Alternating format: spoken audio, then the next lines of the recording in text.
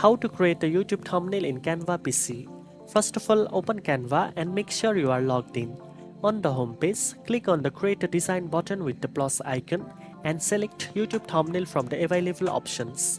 Canva will open a blank canvas in the recommended size for YouTube thumbnails. Next, you can choose to start from scratch or select a pre-designed template from the Templates panel on the left.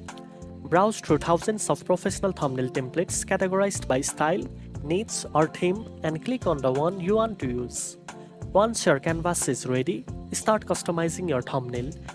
Add images, photos, icons or illustrations from the Elements or Photos panel. You can upload your own images from the Uploads panel to include logos, screenshots or product images. Add attention-grabbing text by clicking the Text panel.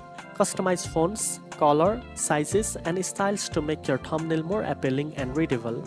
Use effects like shadows, outlines or curves to make your text pop.